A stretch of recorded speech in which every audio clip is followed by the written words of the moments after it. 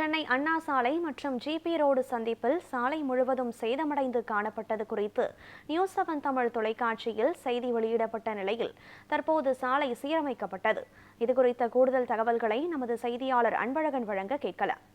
சென்னை அண்ணா சாலை இந்த பகுதி முக்கியமான பகுதி. ஏனென்றால் எல்ஐசி அருகில் இருக்கக்கூடிய இந்த அண்ணா சாலையில் தான் ஜிபி ரோடு அந்த பகுதி, அதாவது ராயப்பேட்டையிலிருந்து வரக்கூடிய ஜிபி சாலை சந்திப்பும் அண்ணா சாலை சந்திக்கக்கூடிய இந்த பகுதியில் மழைநீர் கால்வாய் அமைக்கும் பணி மாநகராட்சியால் செய்யப்பட்டிருந்தது. குறிப்பாக தேசிய நெடுஞ்சாலைத்துறையினரால் காலதாமதம் ஏற்பட்டதால் மாநகராட்சி ஊழியர்கள் அந்த மழைநீர் கால்வாய் அமைக்கும் பணியில் ஈடுபட்டிருந்தார்கள்.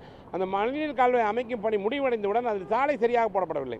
இதனால் தொடர்ந்து இந்த பகுதியில் அதிகமாக சேதமடைந்தது, சாலை முழுவதுமாக அதிக சேதமடைந்து காணப்பட்டிருந்தது. நமது நியூஸ் 7 தொலைக்காட்சியில் செய்தி தொடர்ந்து வெளியிட்டிருந்தோம். அப்பொழுது தற்காலிகமாக மழை நேரங்களிலே அந்த சாலைகள் அமைத்திருந்தார்கள். அது தொடர்ந்து அந்த சரியான முறையில் அமைக்கப்படாததால் அது தொடர்ந்து மீண்டும் பள்ளம் ஏற்பட்டு வந்தது. இந்த சூழலில் நெடுஞ்சாலைத்துறையினர் தொடர்ந்து வலியுறுத்தியதால் இப்பொழுது அது தற்காலிகமாக சாலை அமைத்துள்ளார்கள். இந்த சாலை ஒரு தரமான சாலையாக இருக்குமா என்றுதான் போகத்தான் தெரியும். தற்பொழுது இந்த வாகனங்கள் செல்பவர்கள் ஓரளவுக்கு எந்த குழியும் குண்டும் இல்லாமல் சென்று வருகிறார்கள். இது தொடர்ந்து இந்த சாலையும் சேதமடையாமல் இருக்க வேண்டும். ஆங்காங்கே இருக்கக்கூடிய சிறு பள்ளங்களையும் தற்பொழுது தற்காலிகமாக மூடியுள்ளார்கள்.